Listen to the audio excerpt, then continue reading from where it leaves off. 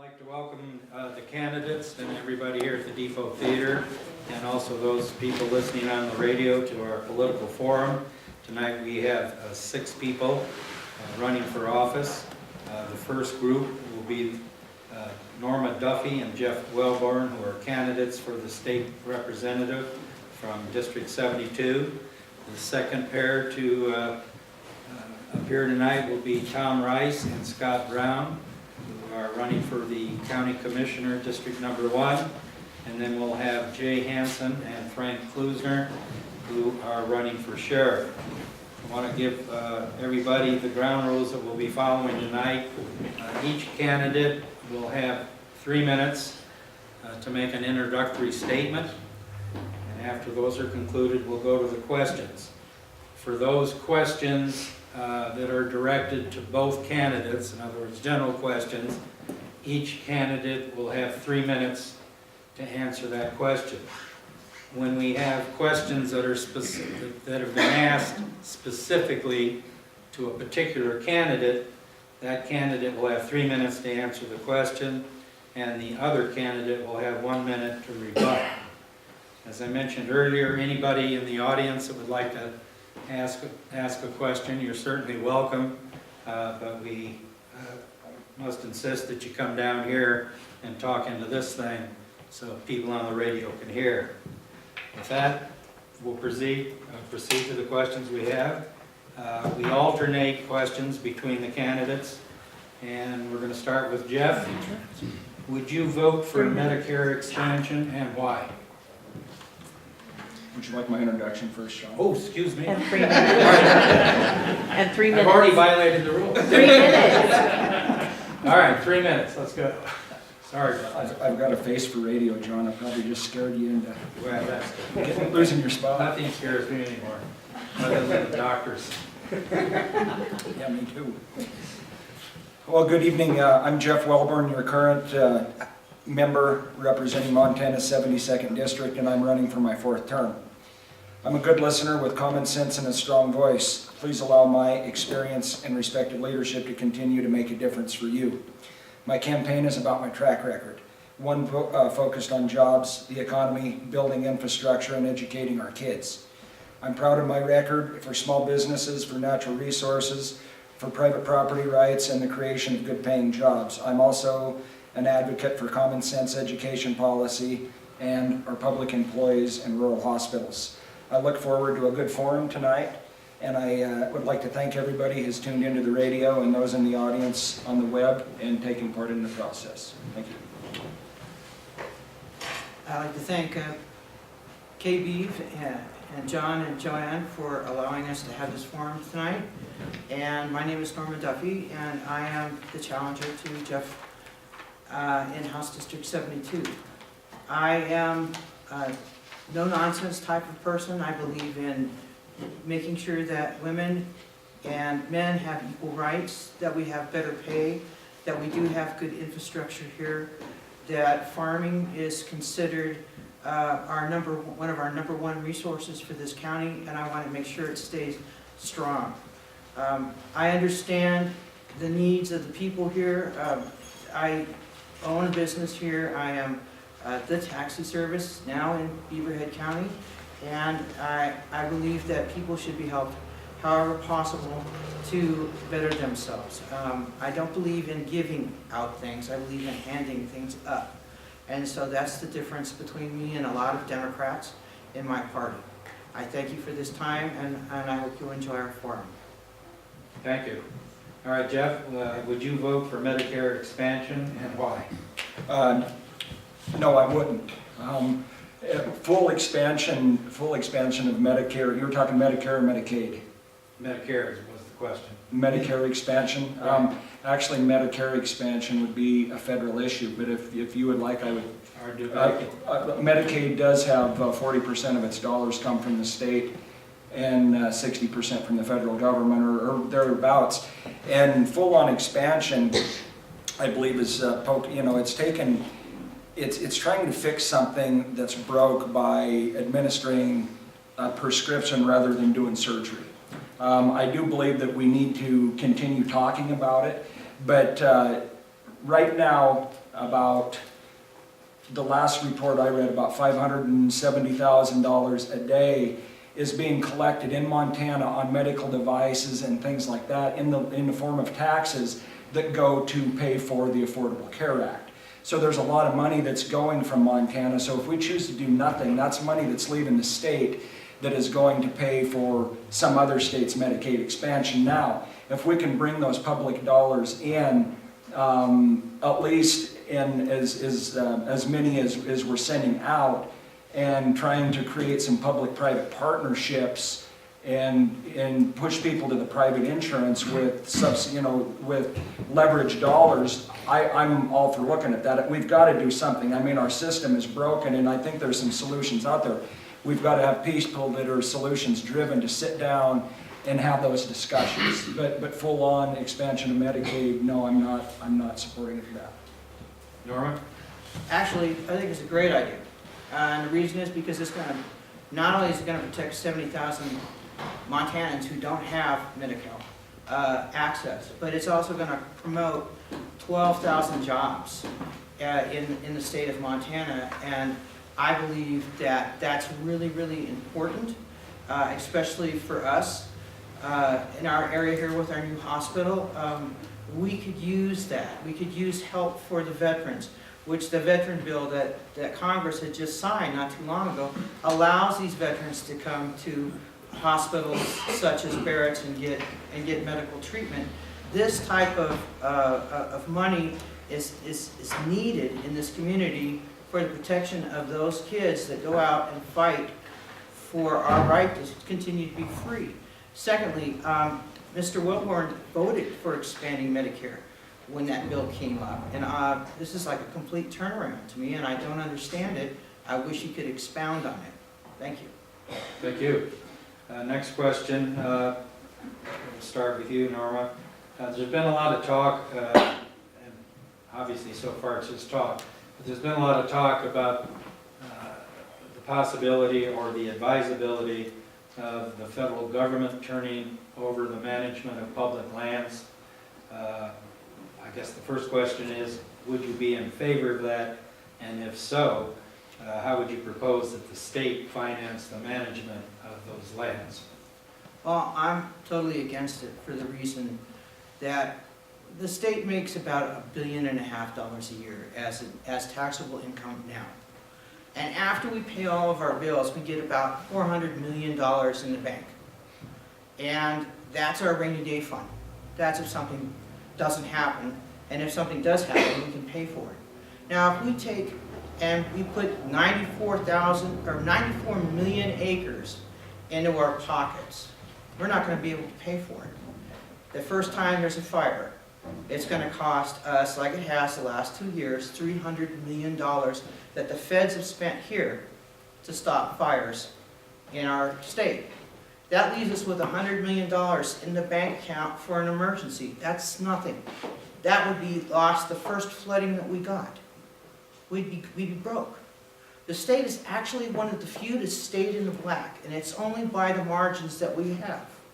If we allow these people who started this in Utah to talk us into what they want in Montana, it's disastrous for the state. Okay, I think the smartest thing for us to do is to continue the conversations that we have with the federal government. I don't care if we have to start more commissions to make sure that things are done right.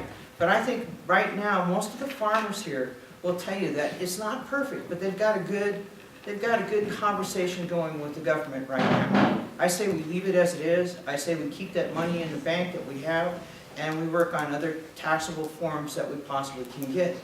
Secondly, U.S. government pays us for the leases that they do. They give us a percentage of that. We'd be throwing that money out the window. Thank you. Jeff? Oh, it's an interesting concept, and parts of it I do and parts of it I don't support. I do like the idea of local control.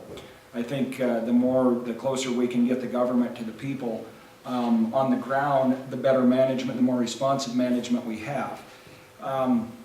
Having said that, it does, I think there's a lot of unanswered questions in this concept, and that's all it is right now, is a concept, okay? And the part that I guess there's a couple things that concern me. I always like to, before you support or vote on something, especially of this magnitude, I like to reach out to the people that probably it's going to have the most effect on.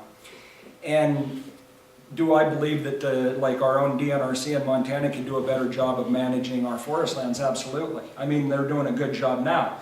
Now you add 30 million acres to that inventory, I don't know, that could be a game changer. I guess I would have to see that to believe it, and you know, it would definitely add a lot of full-time employees to state government. So I mean, there would have to undoubtedly be some growth in state government. So that gives me a little bit of cause of concern.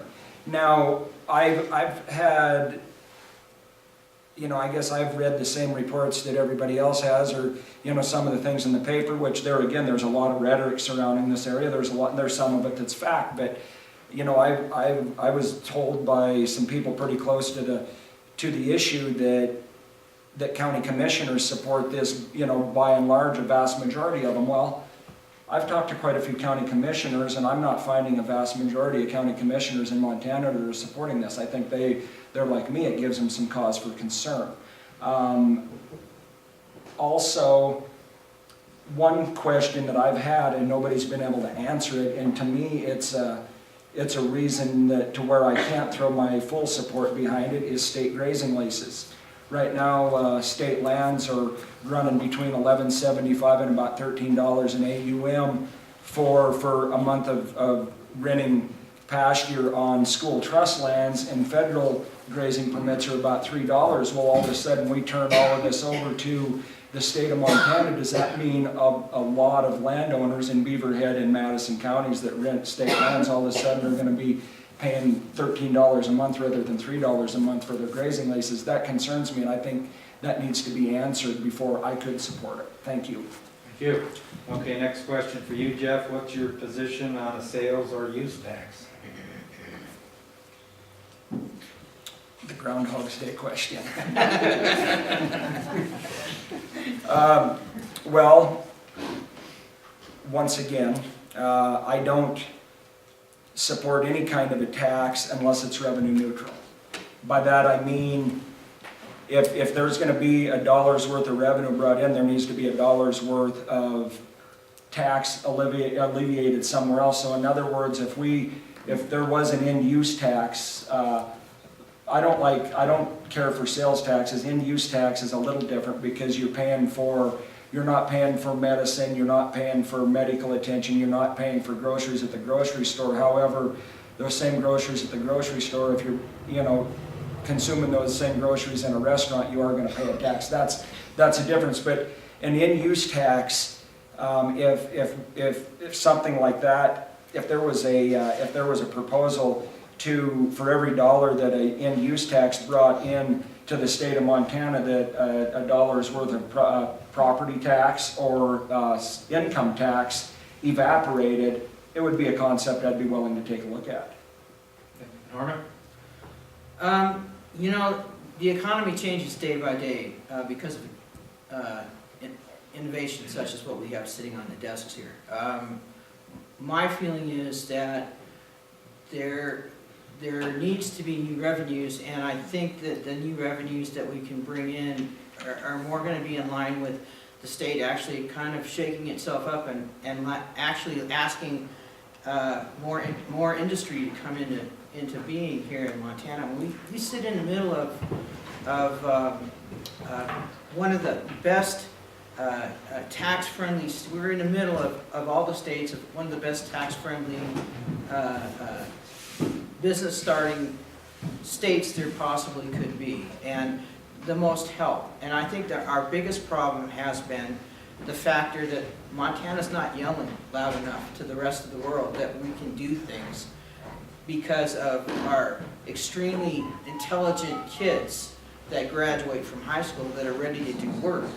And I think that to me is the most important thing. If we're gonna do tax revenue, I think it's got to be looked at really, really carefully, and I think I would rather look at what we could bring into the state in regards to the newest technologies that we're gonna put our kids to work. I think that ends up doing us just as much good as tax revenue does. Okay, the next person's question, I guess, is a little expansion on the last one, and that is, and this is, we'll let you start, Norma. Do you have any ideas concerning how to change the state's tax system?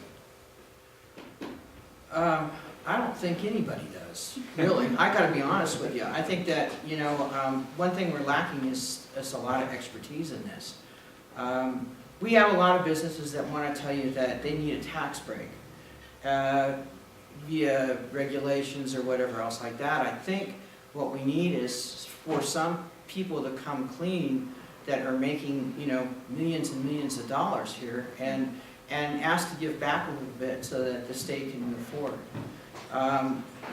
I think we need to talk about it more, and I hate to say that because everybody goes, oh my God, we're gonna put it on the back burner again. I don't think it should be on the back burner, but I think this is the #1 conversation that we should be having.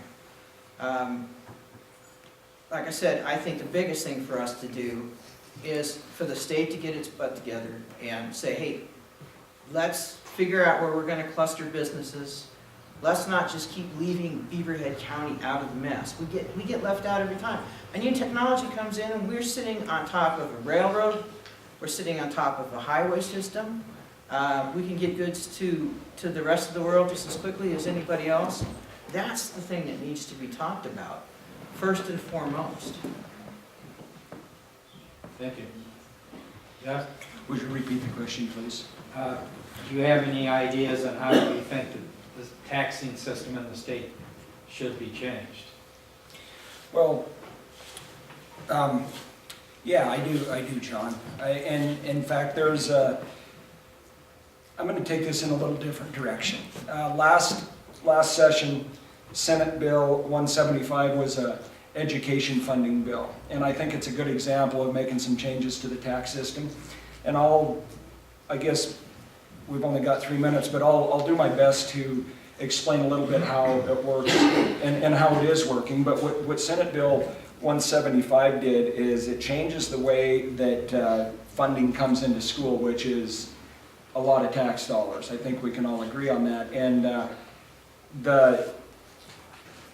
most of it coming from property taxes. And what we did is come up with a concept to fund education through natural resource dollars. So the more oil and gas and coal money that is coming in, divert some of that money to education, but like I talked earlier about making it revenue neutral, so the more money that comes in from minerals taxes and taxes, the more local property tax it gets alleviated. And I've got an example of how that's working on the ground already. I had a conversation recently with one of our local school administrators, and he told me that there's no doubt in his mind that the reason that the Dillon School District didn't ask for a special revenue or a mill levy this last year was because the way that the school funding model is working now, they had just enough money to cover their budget without going to local taxpayers to ask for a tax increase. And I think it's outside of the box examples like that does help move our state forward. And I supported that at the time, and I think that it's working. I think we need to give it some more time to see how it's going to come out, but it is working as we speak.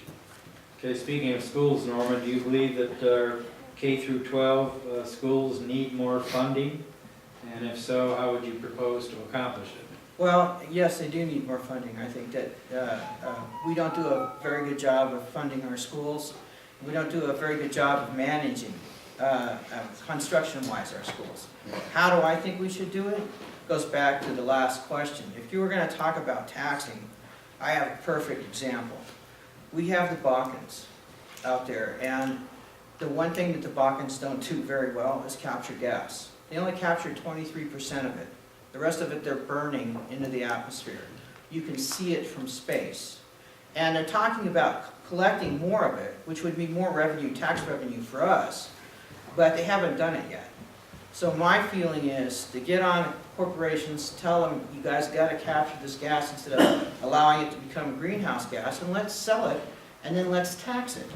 And that would help bring money into the school system. Okay, thank you. Jeff? The question about, Do you think K through 12 needs more funds, and if so, what would be some of your suggestions? well, there again, I'm gonna go back to my answer on the last question. I mean, we did increase education funding last time, and I think we did it in a responsible manner. Now, if there's a genuine need for it, I guess I'm always willing to look at that, but I think we need to give this current funding model some time to work.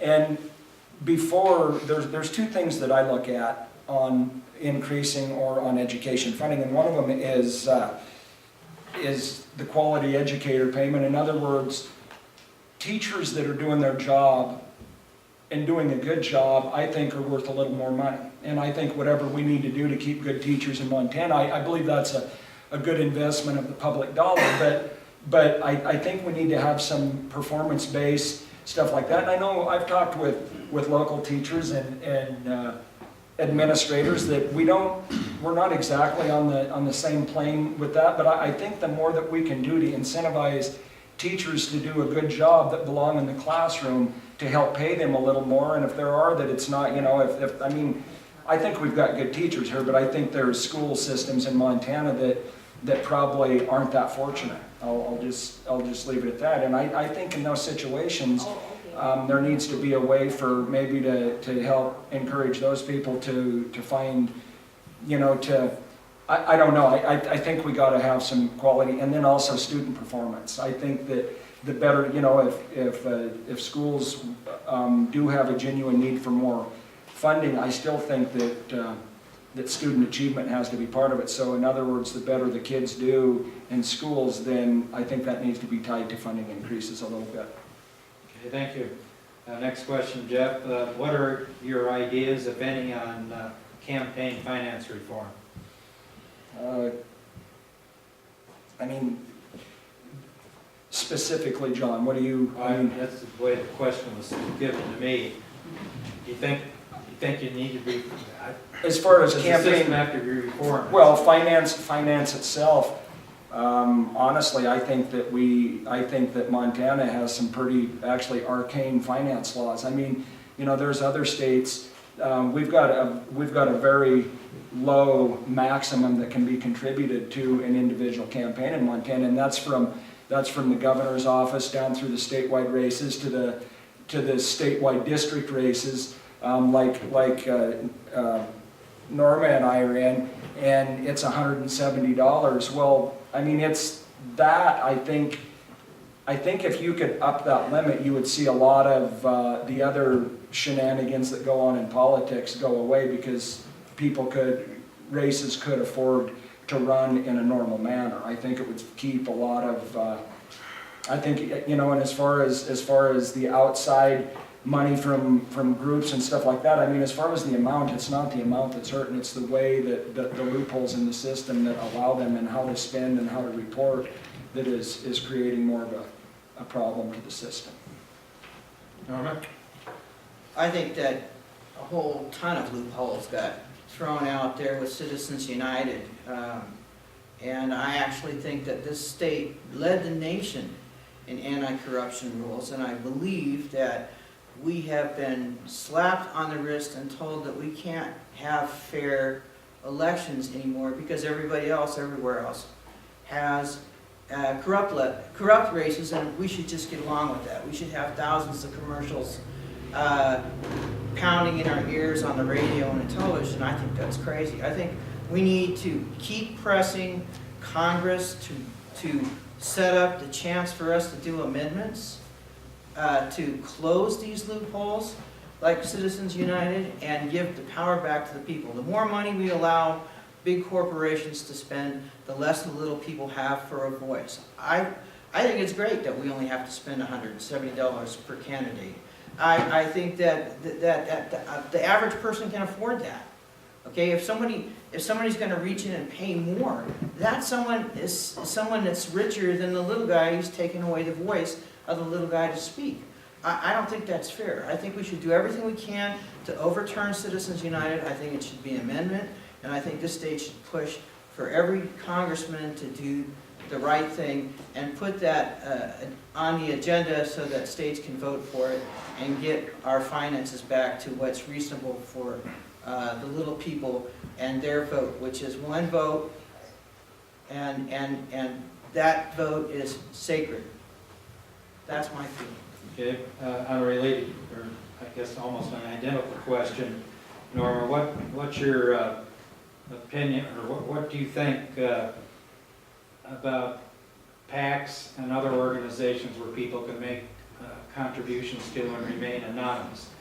Do you think contributors to these PACs should be identified? Well, the difference between the PACs are, the organizations are getting mixed up. Now, in 1958, somebody changed the rules for the IRS, and a 503c4 became a political organization. It never was before.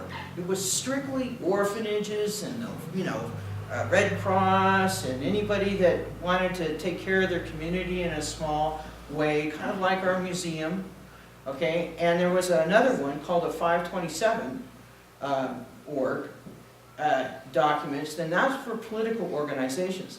And what these guys kept doing is they kept weeding and weeding and weeding themselves closer and closer to this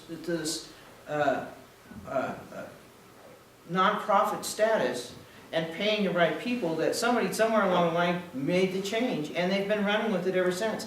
We need to kind of roll it back. I think if we stop that, we make sure that 503c4s are only organizations for the education and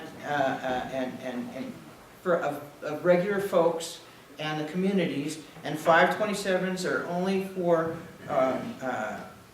corporations and super PACs, then the information will be disclosed automatically by law. In the 527s, you have to disclose. In the 503c4s, you don't. And that's been the biggest problem. So if we tell everybody you can't go there anymore, you can't use 503c4, but you can use 527, then they have to follow disclosure laws. That's all that's necessary. Jeff? As far as PACs go, John, I mean, a PAC is, right now, I guess I don't understand the difference between a PAC and an individual in the respect that a PAC, let's just take for instance, there's a PAC that, the MAPA PAC, Montana Ag Producers PAC. And it's a PAC that's made up of a bunch of people. You can go on Political Practice's website, you can pull it up, you can see who's donating money to MAPA, you can see where their money's going. It's all done in the light of day. So I guess I don't see what the difference is. It's people just like anybody sitting in this room that make a contribution. So it's basically just leveraging dollars to go into somebody's, or candidate's race that they do. Now, as far as the ones that aren't, and I think Norma hit on it just a little bit, but you take a 501c3, a nonprofit that's operating as a political organization or a quasi, they're operating under the guise of voter information or whatever, but those are the ones you can't see where their money's coming from. You can't necessarily, you don't know where it's going until after it gets there, and I don't even have a problem with them getting involved in political races and putting out literature, but I think the problem lies is when we don't know where that money's coming from. It just seems to me like there's a correlation. The darker they are, the less that we know about where their money's coming from, seems to have a direct correlation to the amount of untruthful information that they spit out. I don't know if it's a coincidence or it's designed to work that way, but it is the way that it works. Okay. Seems. Next one's for Jeff. What are your ideas or position on the Common Core curriculum? Well, I guess probably the same as a lot of people. I mean, I think I have a little bit of concern with Common Core, but I've been asked a lot of times, what do I plan to do about it? And it's kind of like, well, I don't plan on doing a lot about it, because as far as a legislature is concerned, the only thing that we can do, that was something that was decided upon by our Board of Public Education, who is a board that is appointed by governors, and I believe confirmed by our state Senate. But as far as comment, and as, you know, the only thing that we could do as legislators, if we didn't like it, is to basically defund it. Well, the only way you can defund it is to defund education, and I'm not willing to even have that conversation. I think that's irresponsible. You know, it's a new concept. The teachers, the local teachers, a lot of them, I mean, I think it would be pretty far-fetched to tell you that I've spoke with all of our local teachers, because I haven't. And I know there's local teachers that feel, that come down on both sides of the Common Core opinion.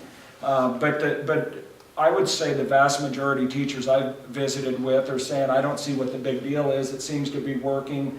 Our kids are doing good, and it's not as onerous, and it's not, the sky is falling, like a lot of people are trying to tell us it's going. The administrators, our local administrators, they're telling me the same thing. It's not, you know, let's give it some time to work. I mean, if we had our choice, you know, nobody likes to be told anything, but what I'm being told by you know, some of our teachers and administrators is they do like the concept of, if say a student moves here from, you know, Arizona or California, it's nice to know that they might be in a lot of areas on a level playing field with kids in Montana who test very high, and they're looking actually forward to hopefully some good coming that way. So kids everywhere are kind of on an equal playing field, or on an even plane when they get there, and it'll be a lot easier for them to integrate into our system. So I guess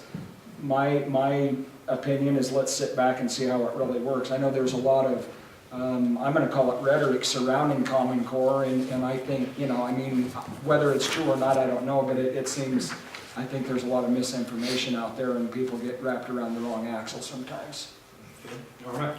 I have to agree with him on this point. I think that right now, since it's so new, we need to leave it alone and let the administrators and the teachers and Denise Juneau and those people that are in the education board work on it. I think it's a good idea in a lot of respects. It's not the same standardized testing that we had before that was causing children to fail. And I can understand why a lot of parents are worried about it, because it's not the way we were taught. But the fact of the matter is, our education in the United States is well behind a lot of other countries, and if this helps our children play on the same even playing field with kids from Japan and kids from you know, India and Vietnam, which has probably got one of the best educational systems in the world, and if we can get our mojo back, I say let's let it run for a while, and let's let the people who know the business the best take care of it and ask questions. I tell my friends all the time, if you're not sure, go to the teacher and ask them. You know, don't get mad because we didn't learn it the same way, so we're kind of stuck on it. What?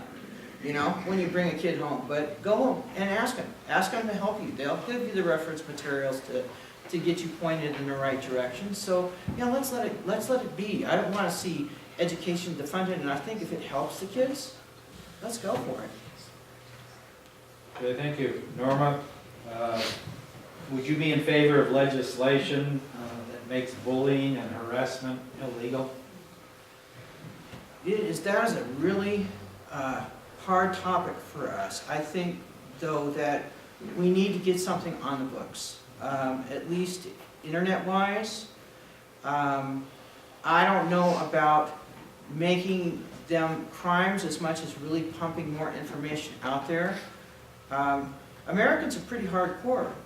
Our kids learn stuff from television and video games sometimes that, well, you know, might change their minds, and I think a lot of it has to be with the parents saying this is not reality. This is, you know, somebody's imagination, and you don't use this in the real world. But I really think that this is something we need to talk about, and I think that if there's some type of advisories that I could say we really need to work with the schools that bring up our kids and see where bullying might be and what we can do, and again talk to the experts to see where they want to go. I don't know if we want to just reach down and start saying automatically, we need to do this. This is one of those things where Republicans always say it's another regulation that we don't need. This is a Democrat that agrees with them at this point.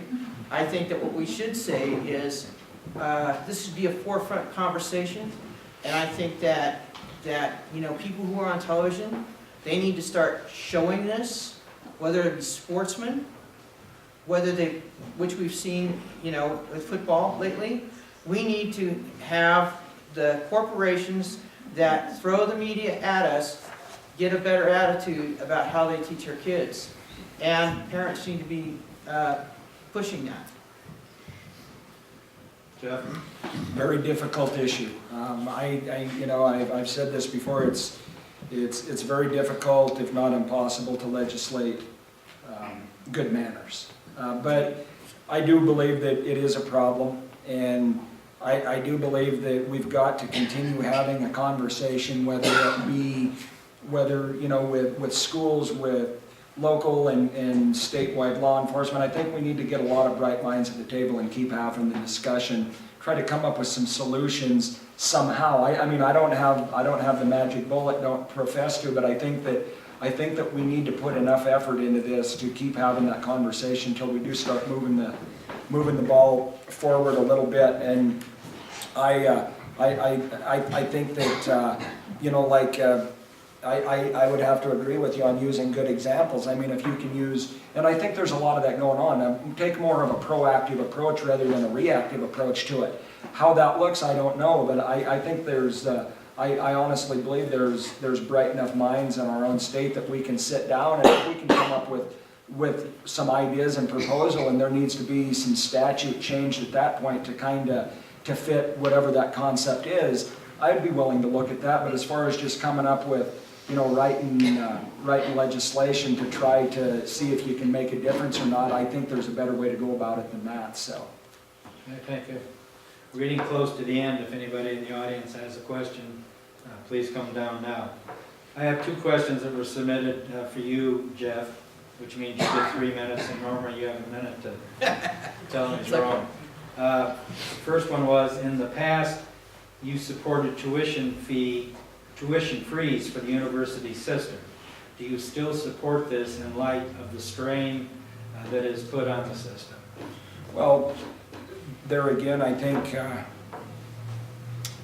I do support tuition freezes to a degree, but you've also got to see is that tuition freeze for our students? Is that going to fall on the shoulders of? Is it going to fall on the shoulders of the Montana taxpayers, or does it mean that our university system is going to trim tighten their belts a little bit so they can afford to pass that savings on to the students? I think we need to take a good hard look at it that way.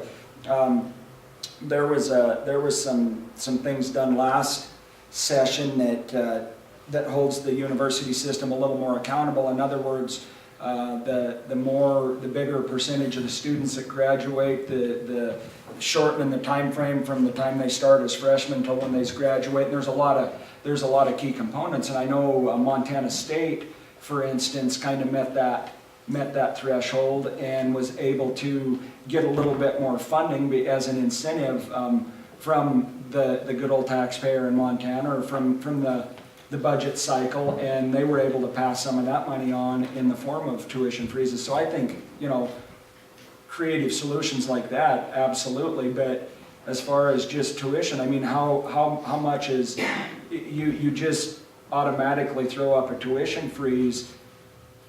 That money's got to come from somewhere, or you got to cut that budget somewhere. Otherwise, the taxpayer is going to ultimately paying it anyway. Whether it's me, whether it's my tax dollars paying for, my second cousin's daughter to have a tuition freeze, or just virtually, it just it depends whose shoulder you want it to fall on.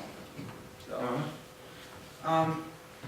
My feeling about tuition freezes is that we need to do something, because kids, they can't pay a lot of the school debt anymore. There's got to be some way that we can do this, and that My feeling is that for the state of Montana, what we can do here is that, like I said, in the bank account, what we have in the bank account every year is what we have left.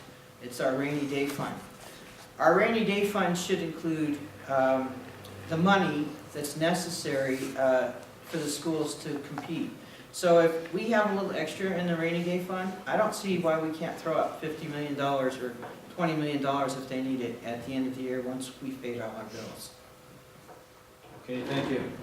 Next one for you, Jeff. It was submitted, it's sort of long. But probably has more than one question, but here it goes. You campaigned on voting with Republicans 90% of the time, and your seniority on the Environmental Quality Committee. At the August EQC meeting, you left before the voting and gave your proxy to a Democrat to vote as he saw fit. Also, at the September EQC meeting, you voted with Democrats to increase the FWP resident hunting license. Would you explain, and is this what we can expect from you in the next session? I will answer the first half of that one, then I maybe ask you to repeat that. Sure. It was actually at the July, and the reason that I did do that, yes, I did leave my proxy with the Democrat.